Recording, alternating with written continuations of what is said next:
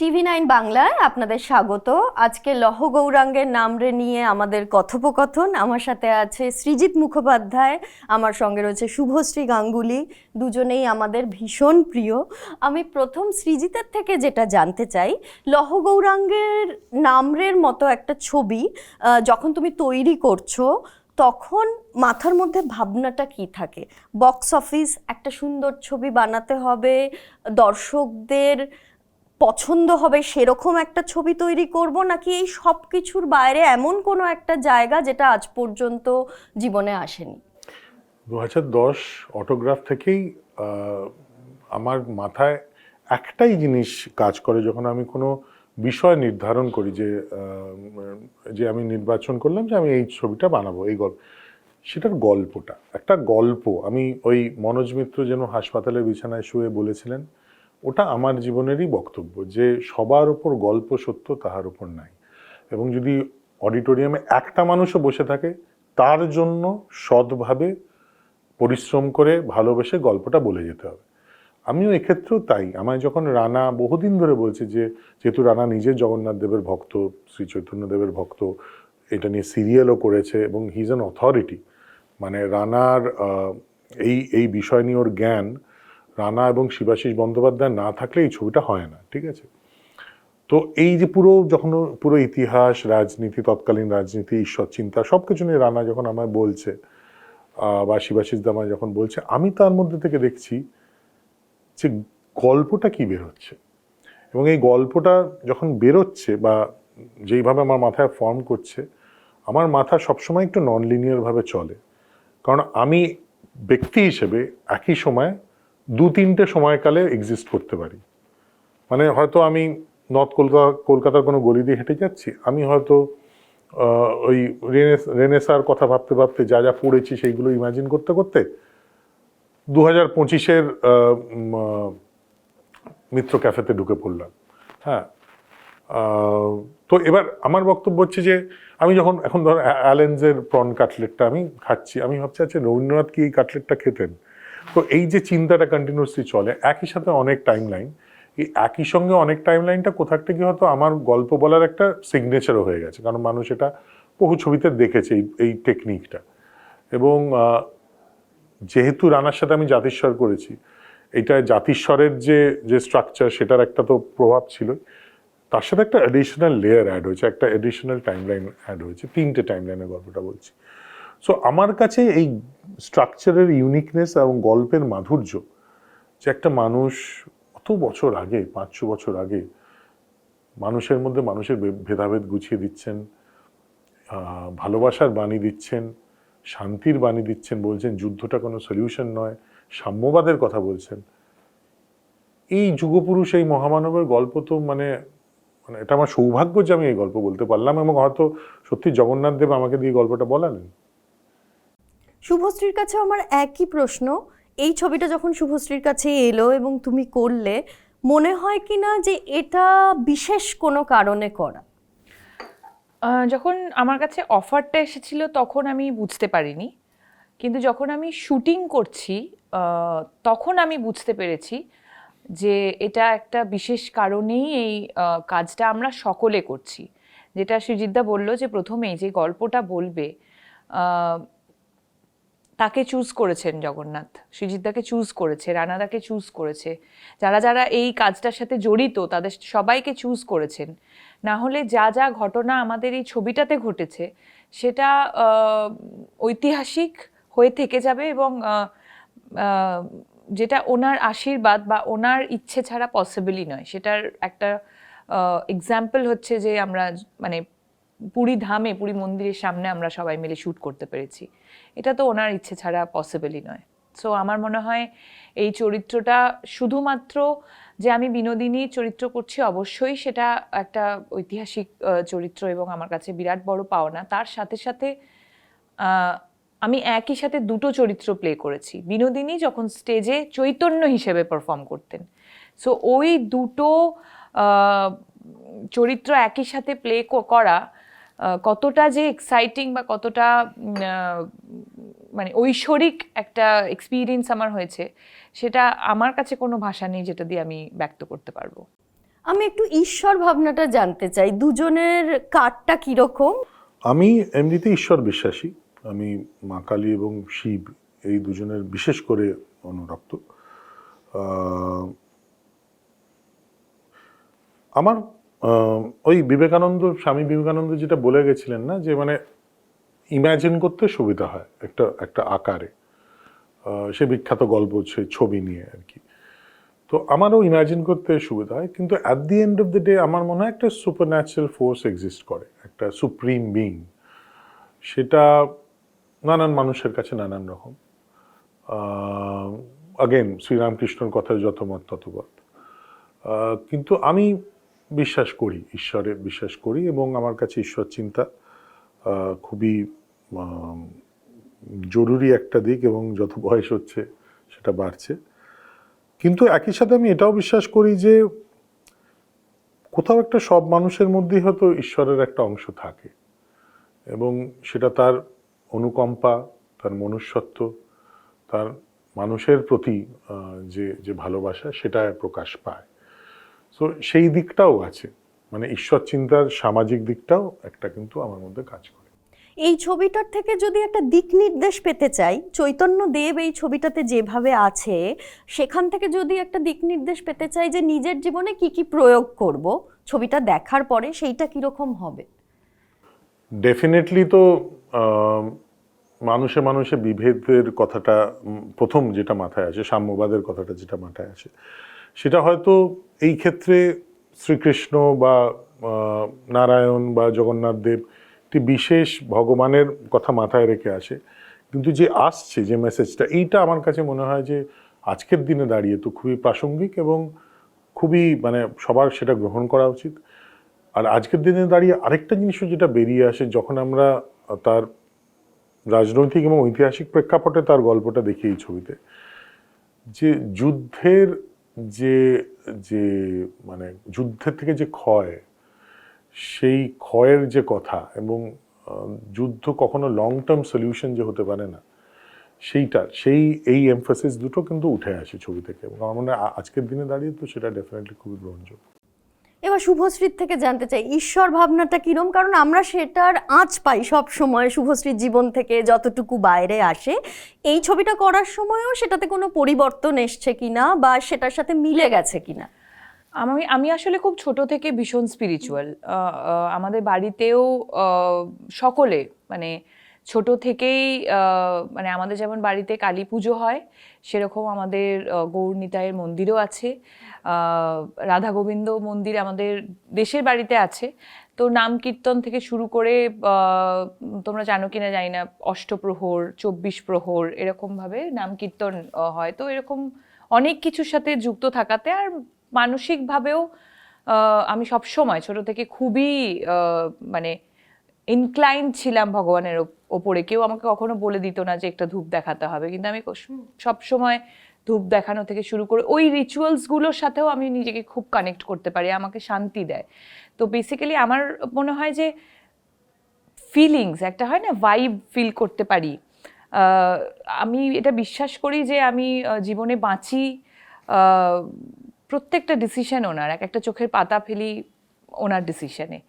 তো যখন এই সেটটাতে আমি গেলাম, তখন যে ফিলটা আমি করছিলাম, সব কিছু ভুলে গিয়ে স্যারেন্ডার করো, মানে ওই সুপ্রিম পাওয়ারের কাছে স্যারেন্ডার করো, ওর থেকে বেশি আনন্দ আর কিছু নেই। ওনার চোখ দিয়ে জল বেরোতে ওটা তো কোথাও একটা আনন্দ, অশ্রু, এবং সেই মানে কেন যে কাঁদছি সেটার কোনো কারণ তুমি খুঁজে পাবে না। যখন প্রতি বছর যখন আমি রথে যাই, অত ভিড়ের মধ্যে যখন ওনার চোখের সাথে আমার চোখটা মানে মেলে, আমার কানে কোনো আর শব্দ পৌঁছয় না, মানে লাখ লাখ লোকের ভিড়, আমি ভুলে যাই এমন, তখন মনে আমি একা দাঁড়িয়ে আছি, এবং সেটা মন্দিরে ঢুকলেও হয়। তো এইগুলোর না কোনো ব্যাখ্যা হয় না, এবং সেই এক্স্যাক্ট ওই সেম ফিলিংটা আমি প্রতিবার, মানে আমি শুটিং করছিলাম, হ্যাঁ হয়তো আমার একটা জায়গা ভগবানের ইচ্ছাতেই, ভগবানের ডিসিশনেই আমার একটা পোর্শন টেকনিক্যালি অন ছিল, যে এটা একটা মানে শুটিংয়ের সেট, যেখানে আমাকে টেকনিক্যালিও অনেক জিনিস মাথায় রেখে করতে হবে। আমি এতটাই যেতে পারবো, তবেই আমি লাইটটা পাবো, আমি এতটাই এই জিনিসগুলো করব।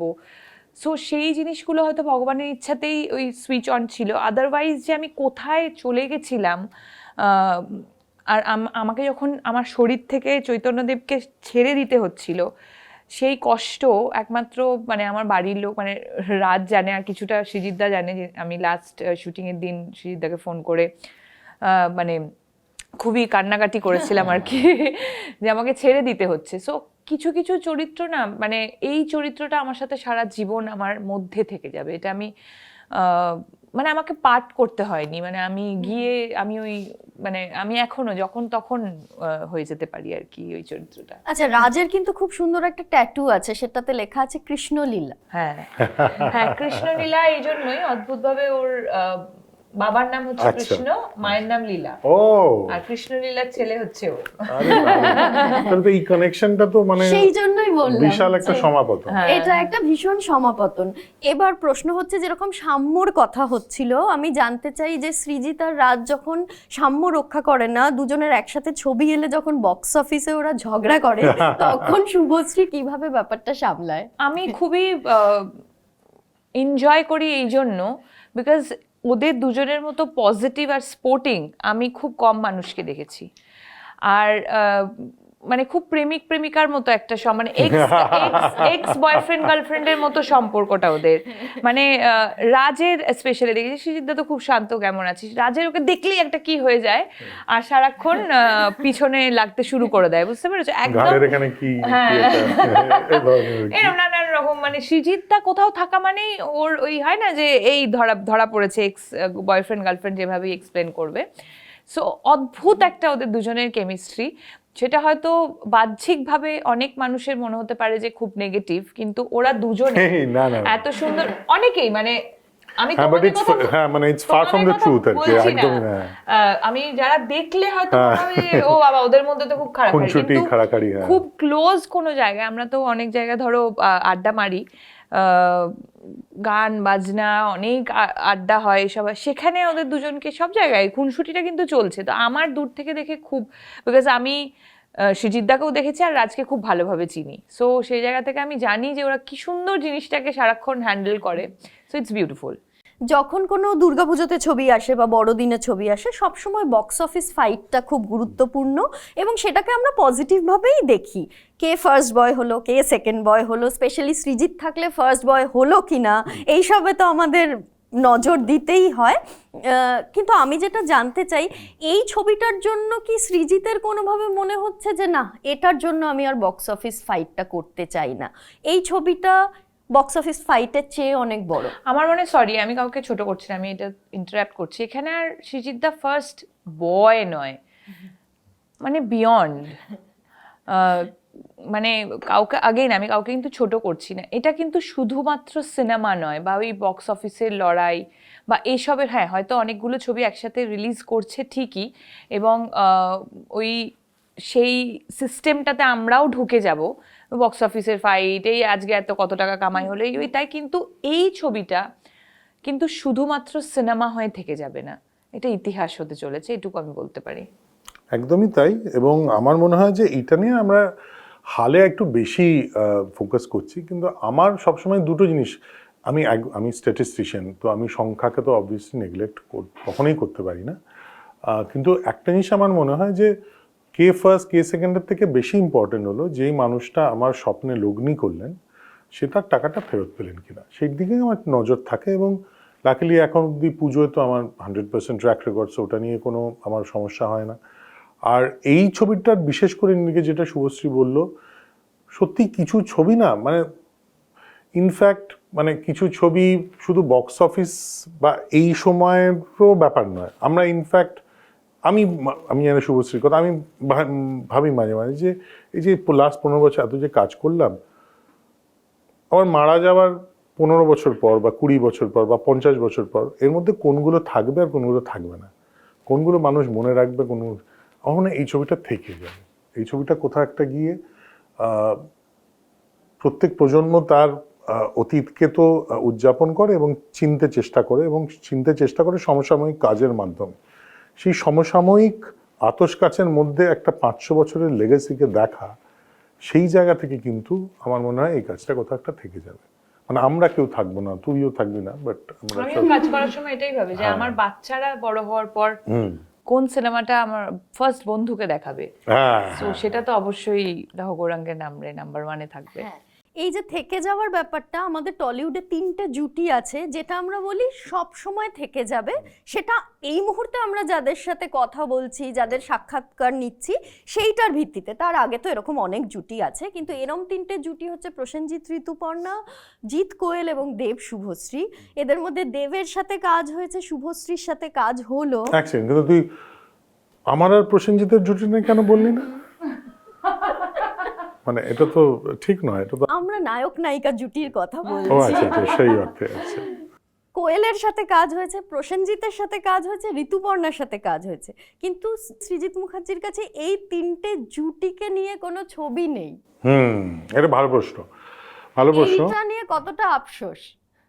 দেখ, এটা সত্যি যদি খুব অনেস্টলি আমি বলি, আমি আজ অব্দি না কোনো ব্যক্তি বিশেষ বা জুটি বিশেষের সঙ্গে কাজ করব বলে কোনোদিন কাজ করিনি। আমি প্রথমে আমার প্রসেসটা হলো চিত্রনাট্য লেখার পর আমি চোখ বন্ধ করে দেখি যে এই চরিত্রটা কে বেস্ট করতে পারবে, তারপর আমি ফোনটা করি। আমি আগে থেকে আচ্ছা ঠিক আছে, প্রসেনজিৎ ঋতুপর্ণা বা দেব শুভশ্রী বা এদের জুটিটা এখন ওই যেটা বললাম যে এই জুটিটা খুব জনপ্রিয়, তাই জন্য আমাকে এই জুটিটাকে মাথায় রেখে একটা কিছু লিখতে হবে। Then it becomes a project. It doesn't remain a film. For me, a film is an extension of myself, my aspirations as a storyteller. So সেখানে আমার কাছ থেকে স্বতঃস্ফূর্তভাবে যে গল্পটা বেরোচ্ছে, সেখানে যদি কোনো জুটি আসে এবং কোনো হিট জুটি আসে, I am all for it. কিন্তু কজালিটিটা উল্টো দিক দিয়ে কখনো আসেনি, মানে এই মুহূর্তে এখনো আসেনি, আসতেই পারে। এলে খুবই ভালো হবে। ইনফ্যাক্ট মানে প্রসেনজিৎ ঋতুপর্ণা, দেব শুভশ্রী, জিৎ কোয়েল, এই 3টে জুটি আমি would love to work with them.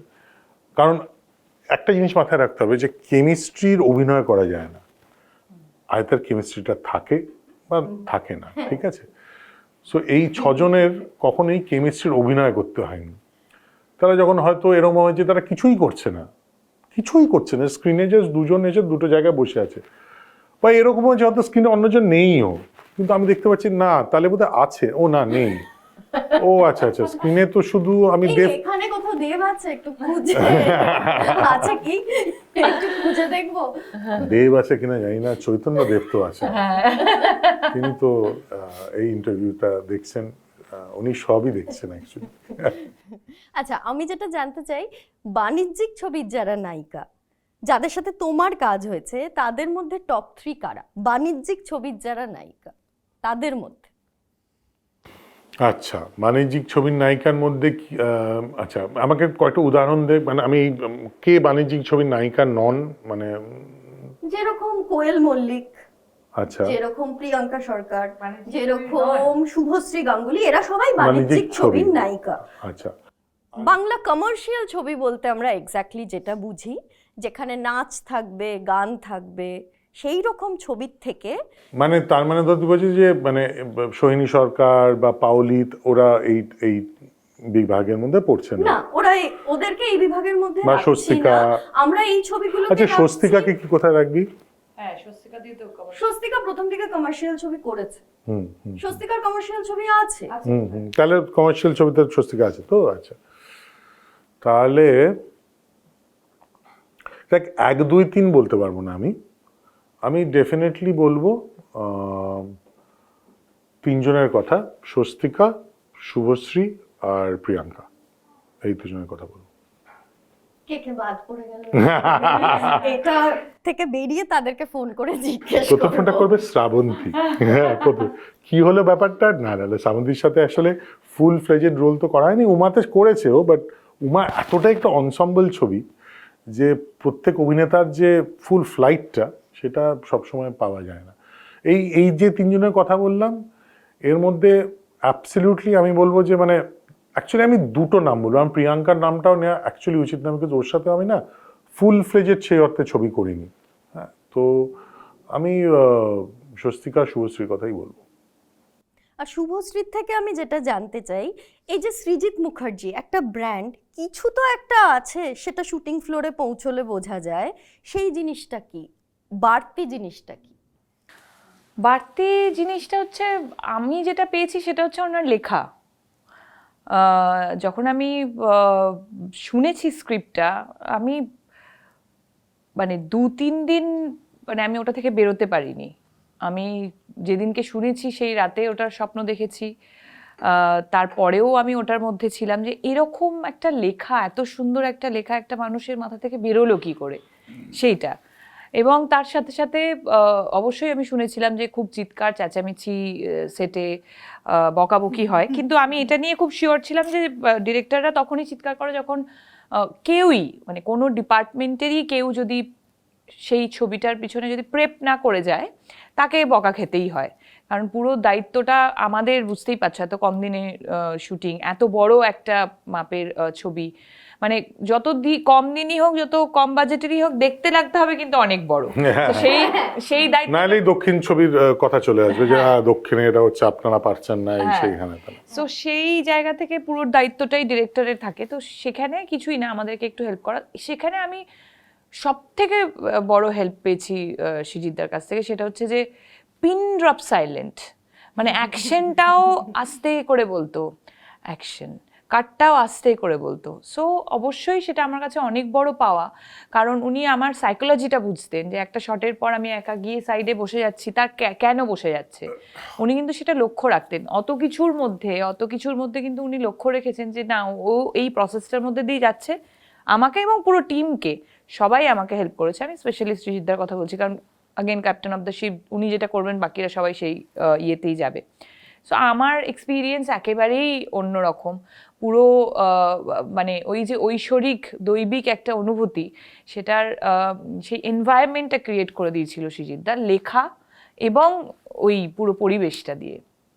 এই ছবিটাকে তো প্রেমের ছবি বলতেই পারি। সৃজিতের থেকে আমি যেটা জানতে চাই, এত বছর পেরিয়ে এবং নিজের প্রেমের যে অনুভূতি সেগুলো এতগুলো ছবিতে প্রকাশ করার পরেও এই ছবিটাতে কি প্রকাশ করার ছিল? নিজের প্রেমের অনুভূতির কোন অংশটা এই ছবির সঙ্গে মিলেছে বা লেখার মধ্যে মিশে গেছে? ছবিতে ব্যক্তি প্রেম আছে, ঈশ্বর প্রেম আছে, ডেফিনেটলি কোথাও একটা মানবিক প্রেমের কথাও বলা আছে। এবং এই এতগুলো প্রেম কিভাবে তিনটে যুগের লুকোচুরির খেলার মতো ঢুকছে বেরোচ্ছে, সেই বুনোটাই তো ছবিটা দাঁড়িয়ে আছে। তো সেখানে আমি আমার প্রেমের যা যা উপলব্ধি সেইটুকু ঢোকাতে পেরেছি। তার মধ্যে সবচেয়ে বেশি অবভিয়াসলি ঢোকাতে পেরেছি 2025-এর প্রেমের গল্পে। আমার জীবনে বাক্সের মধ্যে বন্ধ করা যায় না এরম যে সম্পর্ক, সেই সম্পর্ক থেকে যে শিক্ষা, সেই শিক্ষাটা দিয়ে আমি গড়েছি বিনোদিনী এবং গিরিশ ঘোষের সম্পর্কটা। যে সম্পর্কটা আঙুল রেখে বলা যায় না এটা শুধুমাত্র এই, হ্যাঁ, এর মধ্যে যে সেখানে সেলফ লাভের কথাও বলা আছে, সো সেইটাও একটা অ্যাঙ্গেল ইনফ্যাক্ট। এবং সেই প্রটিজি মেন্টর সম্পর্ক, যেটার মধ্যে আরো অনেক রং আছে, সেইটা থেকে সরে গিয়ে যখন শ্রী চৈতন্য মহাপ্রভুর জীবনে ঢুকছি, সেখানে অবভিয়াসলি মানব প্রেম এবং ঈশ্বর প্রেমের আমার যতটুকু ঈশ্বর চেতনা, সেই জায়গা থেকে সেই তুলিতে আঁকা আর কি। আর শুভশ্রীর থেকে জানতে চাই, এই ছবিটা করার সময় প্রেমের কোন চ্যাপ্টারে শুভশ্রী ফিরে গেছে ছবিটা করতে করতে? আমি বারবার করে ঈশ্বর প্রেমে মানে বুঁদ হয়েছিলাম সেই সময়। সেলফ লাভ তো আমার আছেই, আমি সেটা কোথাও মানে আমার না প্রত্যেকটা চরিত্র করতে গিয়ে আমি নিজের সাথে ঘটে যাওয়া কোনো ঘটনা বা নিজেকে না খুঁজে পেতে চাই না ওই সেটটাতে। আমি সবসময় একটা চরিত্রকে জন্ম দিতে ভালোবাসি, তবেই আমি নতুন করে নিজেকে খুঁজে পাই। এটা একটা অদ্ভুত নেশার মতো জিনিস আমার। সো আমি ওই যখন প্রিপারেশনটা নিতে শুরু করি, তখন আমি ওই লেখাটা কি মানে ডিরেক্টরের সাথে তো বারবার অবশ্যই কথা বলি, তিনি কোন সাইকোলজি থেকে এই চরিত্রটাকে দেখছেন সেটা জানাটা খুব ইম্পর্টেন্ট। সেই জায়গা থেকে যদি আমি একটু আধটু অলংকার চড়াতে পারি, সেটা আমার কাজ। এবং আমি একটা চরিত্র হয়েই যাই ওই সেটে। তখন আমাকে আর তুমি শুভশ্রী, মানে আমাকে যখন স্ক্রিনে দেখবে, মানে আমার এজেন্ডাই এটা থাকে যে যেন শুভশ্রীকে কোনোভাবে না দেখা যায়, মানুষ যেন ওই চরিত্রটাকেই দেখতে পায়। এবং সেটাই, এবং সেখানে একটা খুব ইন্টারেস্টিং লেয়ারও, যেটা আমি বলেছিলাম শুরুতে, যে বিনোদিনী, নটি বিনোদিনী যেহেতু উনি মানে স্টেজের বাইরে বিনোদিনী আর স্টেজের ওপর বিনোদিনী দুজন সম্পূর্ণ আলাদা মানুষ, এবং এই যে ডিফারেন্সটা, এই ট্রান্সফরমেশনটা ওর নিজেরও আছে। মানে চরিত্রের বাইরে শুভশ্রী আর চরিত্রটা যখন শুভশ্রী করছে, তো সেটা কিন্তু বিনোদিনীর মধ্যেও ছিল। তো সেই জিনিসটা নিয়েও আমরা আলোচনা করেছিলাম। নিষিদ্ধ পল্লীর ব্যাকড্রপ থেকে আসছেন তো নটি বিনোদিনী, তার আমরা যখন আত্মকথাও পড়ি আমি দেখি যে তার মধ্যে সে না খুব সংকুচিত এবং খুবই অ্যাপোলজেটিক, কিন্তু সেই একই মহিলা ট্রান্সফর্ম করে যাচ্ছে বাঘিনীর মতো যখন সে একটা চরিত্র পাচ্ছে বা স্টেজ পাচ্ছে। এবং এই যে ডাইকোটমিটা, এটা খুব ইন্টারেস্টিং থ্রু আউট ছিল। এবং সেই জিনিসটার জন্যই অবভিয়াসলি গিরিশ ঘোষ ওই ওই ওই ট্রান্সফরমেশনটা ব্যবহার করতে পেরেছিলেন নাটকের পর নাটক, এত বিবিধ চরিত্র। সো সেই জিনিসটা নিয়ে আমরা আলোচনা করেছিলাম, সেই ট্রান্সফরমেশনটা I think that suits her very well. আমার শেষ প্রশ্ন সোশ্যাল মিডিয়া ট্রোলিং নিয়ে। অলরেডি আমরা দেখেছি কিছু যেটার খুব একটা যুক্তি নেই, আর সামনে প্রচুর দেখব ছবিটা রিলিজ হওয়ার পরে, এটা কেন এরকম হয়নি, ওটা কেন ওরকম হয়নি, এটা টেক্সট অনুযায়ী হয়নি, ওই টেক্সটে এটা পাওয়া গেছিল কিন্তু এখানে টেক্সট থেকে সরে যাওয়া হয়েছে, ইত্যাদি। মেকআপটা হ্যাঁ, মেকআপ নিয়ে যেটা মেইন যে কমেন্টটা আমি দেখছি, যে বিনোদিনীর বল্ড ক্যাপের লাইনিংটা কেন দেখা যাচ্ছে। এবার এইটা মানুষকে বুঝতে হবে যে এটা 19th সেঞ্চুরি, তখন মেকআপ আর প্রস্থেটিক খুবই একটু আদিম জায়গাতেই আছে বলা যেতে পারে, এবং তখন প্রস্থেটিকের টেকনোলজিটা নেই। কাজে আমি যদি একদম স্মুথ চকচকে একটা বিনোদিনীকে দেখতাম তাহলে সেটা ভুল রিসার্চ হতো, সেটা আমরা করিনি। এবং আমরা তাই জন্য ইন্টারকাটে দেখতেও পাচ্ছি যে অ্যাকচুয়াল ওই প্রস্থেটিকে 2025-এ কিন্তু আমরা ইন্দ্রনীলকে দেখতে পাচ্ছি, যার মাথায় ওই স্মুথ ব্যাপারটা আছে। এবং অতি অবশ্যই দিব্যকে তো দেখছি, দিব্যকে তো পুরো ন্যাড়াই। তো এই খুঁটিনাটিগুলো একটু আমার মনে হয় মাথায় রাখা উচিত। সেই সময় কি ধরনের আলো ব্যবহার হতো স্টেজে, কি ধরনের কস্টিউম ব্যবহার হতো, এই জিনিসগুলো আমার মনে হয় খুব ইম্পর্টেন্ট। এইগুলোকে আমরা উড়িয়ে দিতে পারি না, বা ঠিক আছে করে এগিয়ে যেতে পারি না। সেই আমি কি বলবো, সেই ফিডেলিটি বা সেই লয়্যালটিটা we need to maintain. Otherwise অনেক ঘটনাই আছে যে ঘটনাগুলোর জন্য আমাদেরকে একটু ইমাজিন করতে হয়, আমাদের একটু ফিকশনালাইজ করতে হয়, দ্যাটস ফাইন, সেটা হতে পারে। কিন্তু প্রযুক্তিগতভাবে কি কি জিনিস ছিল আর কি কি জিনিস ছিল না, এইটা আমাদের মাথায় রাখতে হবে। সোশ্যাল মিডিয়া ট্রোলিং এর জন্য কিভাবে তৈরি? সোশ্যাল মিডিয়ার ট্রোলিং এখন আর গায়ে লাগে না। দেখো, ছোটবেলা থেকে শুনে এসেছি যে এটা করো না, পাড়ার কাকিমা ওইটা বলবে, বৌদি ওটা বলবে। সো এখন সেটা পাড়ার থেকে আমাদের হাতের মুঠোয় চলে এসেছে। তো যে জিনিসটা এত বড় ছিল সেটা হাতের মুঠোয় যখন চলে এসছে, তুমি বুঝবে বাকি জিনিসগুলো তোমার হাতের কাছেই আছে। So you can control, mute করে দিতেও পারবে, কমেন্ট অফ করে দিতেও পারবে। হ্যাঁ, আর সবসময় আলোচনার মধ্যে মানে সোশ্যাল মিডিয়া আলোচনার মধ্যে যাওয়ার কোনো মানেই হয় না, সেটা মানে ইভেনচুয়ালি যদি না কোনো কনস্ট্রাকটিভ ক্রিটিসিজম হয় বা সামনাসামনিও দেখা হয়। আমি অনেক সময় দেখেছি যে আগে যে এখন সেই আচ্ছা এখনের মধ্যে আপনি কি পদাতিক দেখেছেন? হ্যাঁ দেখি, দারুণ, আচ্ছা সত্যি বলে সত্যি দারুণ। তো এই দুটো তো এখনই সৃজিত মুখার্জি, তাহলে আপনি কেন ওটার সঙ্গে এটা কম্পেয়ার? মানুষ পরিবর্তনশীল, তার বিষয় পাল্টায়।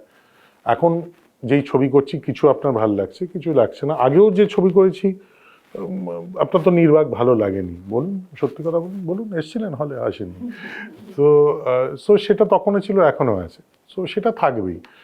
নিজেদের কাজ নিজেদের ভালোবাসার জায়গা থেকে, কনভিকশনের জায়গা থেকে করে যেতে হবে, এটাই আমার বক্তব্য।